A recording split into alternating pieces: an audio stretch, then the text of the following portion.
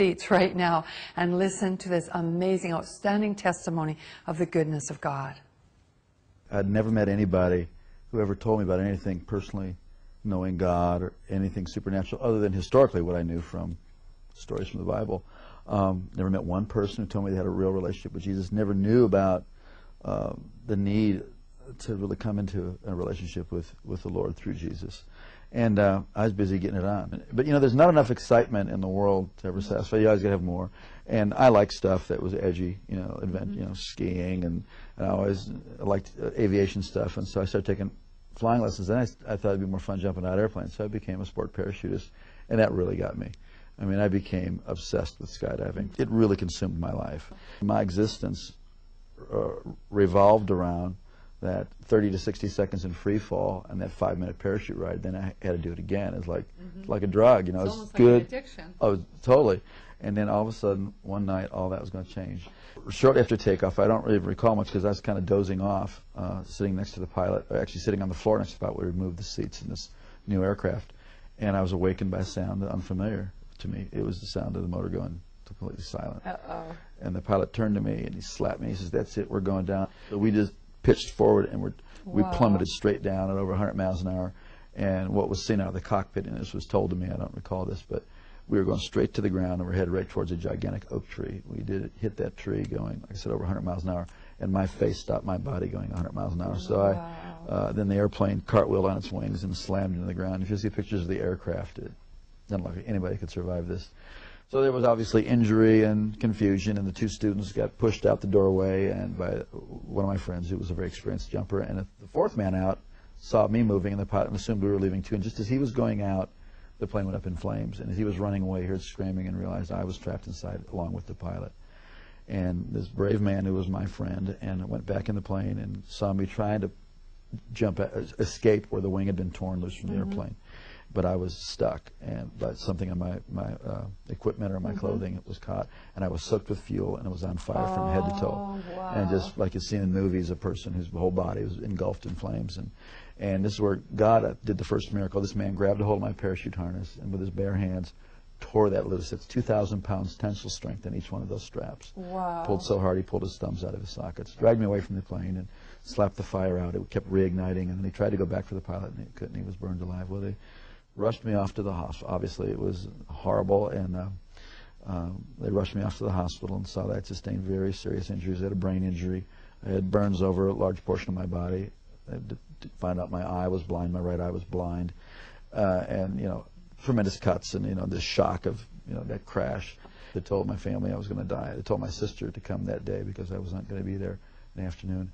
I had an experience I had never heard about. Never heard anything like this. As I was laying there in that condition, just racked with pain and discomfort in every way possible, suddenly my inner man, the real me, my spirit, sat up out of my body, and I could feel my legs go through the springs of the bed. Wow. And my spirit came out of my body as if you would take a glove off your hand. And instantly, I was in a spiritual world. Instantaneously, I knew this was the real world. And this man that I was seeing was the real me. Now, when that happened, were you aware of any pain still? Or no, were I was totally completely separated from the pain and the carcass? Completely, no. And I didn't even remember turning around and looking. I mean, I was transferred immediately into a spiritual dimension. And everything about the spirit world is more real than this world. The colors are brighter. The edges of everything are sharper. The emotions are just enhanced. They are clear. And instantaneously, the thing that really struck me the most was there was a complete absence of the awareness of time. Everything in this world is relative to time. You know, you got up this morning, you'll go to bed at night. Something is old, something is new, it will get old. Something is born, it will die. Everything in this plane, in the physical plane, in the natural plane, is relative to time. But everything in the spiritual plane is relative to eternity. So what had been natural to be aware of time was totally gone. And I was totally aware of eternity. And it is shocking. It is stunning to be conscious and to know what eternity is. Also, logic and reasoning doesn't happen there. You know, based on the sum total of all my intelligent thoughts that I've learned, you know, I've had a death and I'm in the spirit world. It's like you just know that you know that you know. It's like having a revelation constantly, and it was incredible. And I knew I was traveling. I could feel that I was traveling. And as I looked ahead, there was this pure white light. It was whiter than the whitest snow and brighter than 10,000 suns, and yet I could look right at it, and it was compelling. And it was like I was being towed. I was being towed like a tractor being. And as I was looking, I could feel this anticipation. Wow. But then simultaneously to that, on my right side, I could feel something, and I looked, and there was this blackness sweeping. Now, this blackness, as I looked at it, instantly I was aware of its complete nature. It was eternal, like I was experiencing eternity. It was without any matter. It was without any life. It was void, and it was forever non-negotiable, cut off from the source of all life. And the more that I looked at it, the faster it would sweep. And the faster, and the more that occurred, the more intense the feeling of the nature of being cut off and sealed forever and separated. It is horrific. Yes. Horrific. You would not, I used to never be able to stand to be near anybody who could say go to hell after that. Because you wouldn't want the worst person. No. You wouldn't want Adolf Hitler, bin Laden, Saddam. You wouldn't want any human being to ever go in there.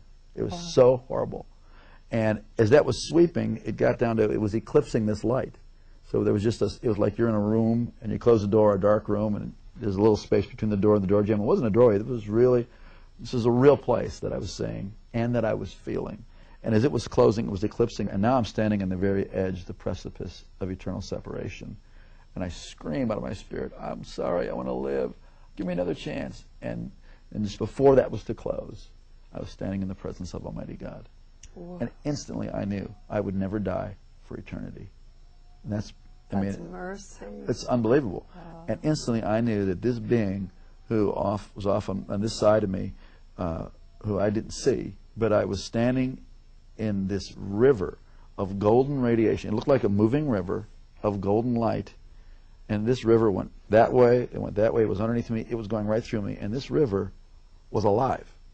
I don't know how to describe it, except that this called the river of life. This river was alive, and and it's going right through me, and I'm more alive than anybody can imagine. I mean, this is the height of the experience of life, filled up with life, and somehow I knew this being was going to take care of me for eternity.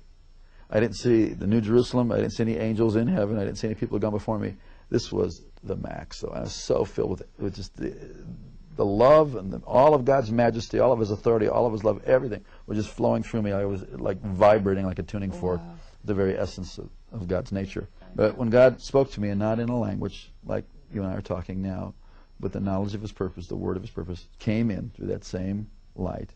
And I was taken back to the same way I was like being reeled in like a kite, and I went down through space and time, this dimension. As my spirit settled into my body, and I could start to hear out of these ears and see out of this eye, I came to in the room, materialized, kind of like they beam up on Star Trek, right. And I heard myself speaking in this beautiful language that I had never heard anybody talk about before. The heavenly language. You know, it was a beautiful language, and when my brain turned on, I thought, what in the heck is this other language? And I was no longer, the person who was dying and dead was no longer, and I was born again and filled with the Holy Ghost. I never heard about that. You know, for years I wondered, what was that blackness and why did it sweep down to where it was just a sliver, like about a half-inch of white light? And years later, God revealed it to me. It was really a historical record of my life. That for all the years that I had lived, I was in darkness. And God gave me a space to cry out to Him.